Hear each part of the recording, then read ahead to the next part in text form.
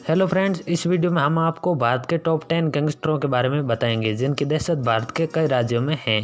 जानकारी के लिए आपको बता दें कि इनमें से कुछ गैंगस्टरों को स्थानीय पुलिस ने गिरफ्तार कर लिया है, वे कुछ का पुलिस ने एनकाउंटर कर दिया है, जबकि कुछ अभी भी फरार हैं जिनको पुलिस पकड़ने में जुटी हुई है।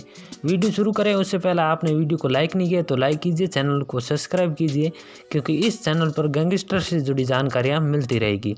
तो शुरू करते हैं अपना वीडियो।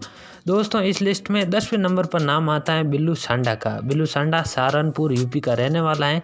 इस पर हत्या समेत कई आपराधिक मामले दर्ज हैं। बिल्लू को वर्ष 2015 में गिरफ्तार कर लिया गया था, लेकिन 2 साल बाद बिल्लू 3 अपराधियों के साथ सदर थाने की सलाह के तोड़कर फरार हो गया।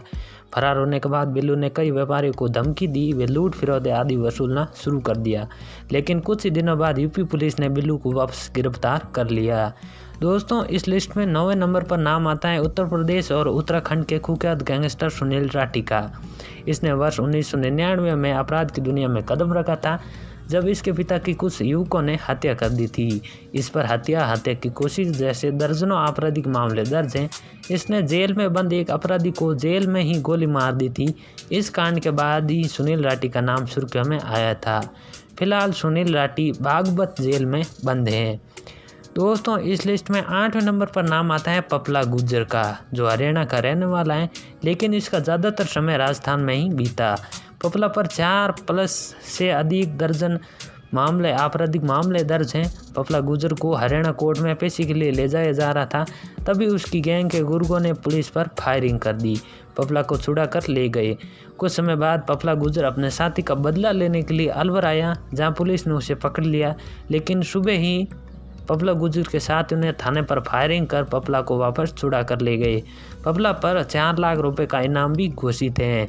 दोस्तों, इस लिस्ट में 7वें नंबर पर नाम आता है दिल्ली के कुख्यात गैंगस्टर नीरज भवाना का। इसे फिरौती का किंग भी कहा जाता है। इस पर लूट, हत्या, फिरौती आदि, हत्या की कोशिश आदि के करीब 40 से भी अधिक आपराधिक मामले दर्ज हैं। इस पर पहला मामला हत्या का है, जो कि वर्ष 2004 में जब ये नाबालिग था तब किया था। इस पर ज़्यादातर मामले फिरौती के हैं, लेकिन फिलहाल ये दिल्ली की जेल में सज़ा काट रहा है। दोस्तों, इस लिस्ट में 6वें नंबर पर नाम आता है पंजाब के कुख्यात गैंगस्टर सुक्का कैलोन का। सुक्का का ज़्यादातर समय पंजाब के करतारपुर के कलाव गाँव में बीता है। सुक्का पर हत्या समेत 50 से भी ज़्यादा आपराधिक मामले दर्ज हैं। दोस्तों, आपको बताते हैं कि सुक्का ने लव मैरिज की थी और अपनी पत्नी के साथ ऑस्ट्रेलिया चला गया था, लेकिन कुछ महीनों के बाद पत्नी के साथ हुए विवाद के बाद सुक्का वापस पंजाब के जालंधर में आ गया और यहीं से सुक्का ने अपराध का रास्ता चुना और अपराध दर अपराध करता गया। इसी दौरान सुक्का के दुश्मन भी बढ़ने लगे और वर्ष 2018 में 2 गाड़ियों में 15 से 20 लोग सवार होकर आए। सुक्का पर दिन दहाड़े गोलियों से हमला कर दिया, जिससे सुक्का की हत्या हो गई। दोस्तों, इस लिस्ट में 5वें नंबर पर नाम आता है पंजाब के रॉबिन हुड कहे जाने वाले रूपिंदर गांधी का। ये मात्र 22 वर्ष की उम्र में ही गांव का सरपंच बन गया था। गांव के लिए ये अच्छा लड़का था, लेकिन गांव के बाहर अवैध शराब की तस्करी, लड़ाई झगड़े आदि करने से बाहर के लोगों के लिए ये खौफ था। ये राजनीतिक लड़ाई में ज़्यादा सक्रिय रहने के कारण विरोधी दल के नेताओं ने इसे अपने रास्ते का रोड़ा समझने लगे और इसी तरह गांधी के दुश्मन भी बढ़ने लगे। आपको बता दें कि 9 सितंबर 2003 में इसकी बेरहमी से हत्या कर दी गई थी। गांधी को 5 सितंबर को अगवा कर लिया गया था और 2 गोली मारकर भाखड़ा नागल में फेंक दिया गया था। जब पुलिस को इसकी लाश मिली तो पुलिस ने चोरी छुपे इसका अंतिम संस्कार कर दिया, ताकि इसके चाहने वाले इसका विरोध ना कर सके। आपको बता दें कि गांधी की लाश को लेकर कई मतभेद हैं। पुलिस का कहना है कि उसकी लाश अभी तक मिली ही नहीं। रूपिंदर गांधी पर 2 पंजाबी फिल्में भी बनी हुई हैं। दोस्तों, इस लिस्ट में 4थे नंबर पर नाम आता है उत्तर प्रदेश के कुख्यात गैंगस्टर श्री प्रकाश शुक्ला का। वैसे तो उत्तर प्रदेश के कई गैंगस्टर रहे हैं, लेकिन श्री प्रकाश शुक्ला एक ऐसा नाम है जिससे जनता, पुलिस और नेता सभी खौफ खाते थे। ये 90 के दशक का सबसे बड़ा डॉन था। वर्ष 1993 में एक युवक ने श्री प्रकाश शुक्ला की बहन को देकर सीटी बजा दी थी। इस पर श्री प्रकाश शुक्ला ने उस युवक की हत्या कर दी थी और यहीं से श्री प्रकाश शुक्ला का पहला मामला शुरू हुआ। यहीं से श्री प्रकाश शुक्ला ने आतंक का रास्ता चुना और आगे बढ़ता चला गया। इसी प्रकार प्रकाश शुक्ला यूपी पुलिस और नेताओं का सिरदर्द बन गया। सरकार इससे निपटने के लिए एक स्पेशल टास्क फोर्स का निर्माण किया गया।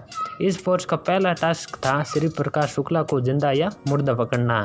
सितंबर 1991 को स्पेशल टास्क फोर्स ने प्रकाश शुक्ला को सुनसान इलाके में घेर लिया, लेकिन प्रकाश शुक्ला ने सरेंडर नहीं किया, वे फायरिंग की।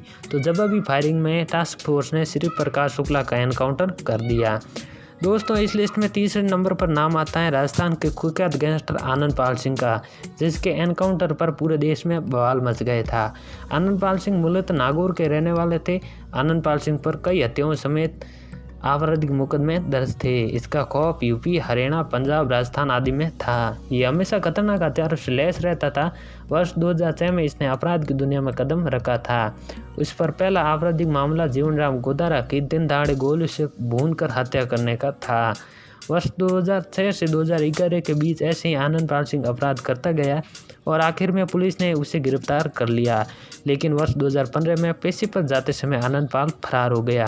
इसके 1.5 साल बाद पुलिस ने आनंद पाल का एनकाउंटर कर दिया और इस एनकाउंटर में दोनों तरफ से बहुत गोलियां चली थी, जिसमें 2 पुलिस जवान भी घायल हुए थे।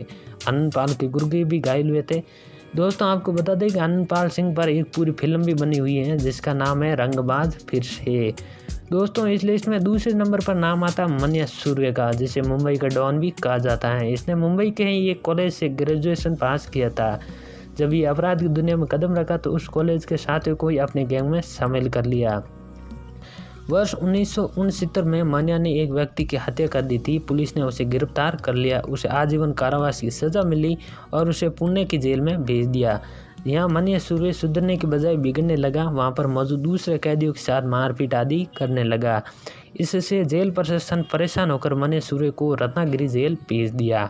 नाराज मन्या ने रत्नागिरी जेल में भूख हड़ताल कर दी, जिससे उसकी तबीयत बिगड़ने लगी। तो पुलिस प्रशासन ने उसे अस्पताल में भर्ती कराया, जहां से मौका पाकर मन्या सूर्य फरार हो गया और वापस मुंबई आ गया। यहाँ पर अपने गुर्गों को वापस एकजुट किया और अनेकों अपराध करने शुरू कर दिए। मुंबई पुलिस इससे परेशान होकर मन्या सूर्य के गुर्गों को गिरफ्तार करने लगी और इसी बीच 11 जनवरी 1982 को मन्या सूर्य का मुंबई पुलिस ने एनकाउंटर कर दिया।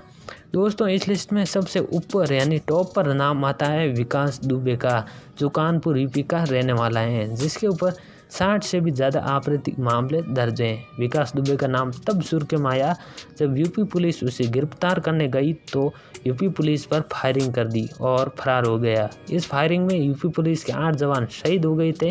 इस फायरिंग के बाद यूपी पुलिस अलर्ट पर आ गई।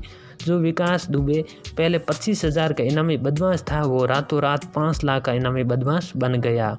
पुलिस इसे पकड़ने में सोटी में लगा दी गई, जिसके 6 दिन बाद विकास दुबे को उज्जैन के महाकालेश्वर मंदिर से गिरफ्तार कर लिया गया और एनकाउंटर कर दिया। कई लोगों ने सवाल उठाए कि एनकाउंटर फर्जी था, लेकिन पुलिस ने जवाब में कहा कि जिस गाड़ी में विकास दुबे को ले जाया जा रहा था वो डिवाइडर से टकराकर पलट गई। इस दौरान विकास दुबे ने हथियार छीनकर वहां से भागने की कोशिश की, तो जवाबी फायरिंग में पुलिस ने विकास दुबे पर गोली चला दी, जिससे उसका एनकाउंटर हो गया। तो दोस्तों, ये थे भारत के टॉप 10 गैंगस्टर। अगर आपको लगता है कि इनमें से किसी गैंगस्टर का नाम छूट गया है या फिर किसी का नाम दूसरे स्थान पर आना चाहिए था, तो कमेंट में ज़रूर बताएगा। और किसी भी गैंगस्टर पर वीडियो बनाना हो तो आप कमेंट में उसका नाम लिखकर भेज दीजिए, मैं उस पर अगला वीडियो बना दूंगा। धन्यवाद। फिर मिलते हैं किसी नए वीडियो के साथ। तब तक के लिए जय हिंद, वंदे मातरम।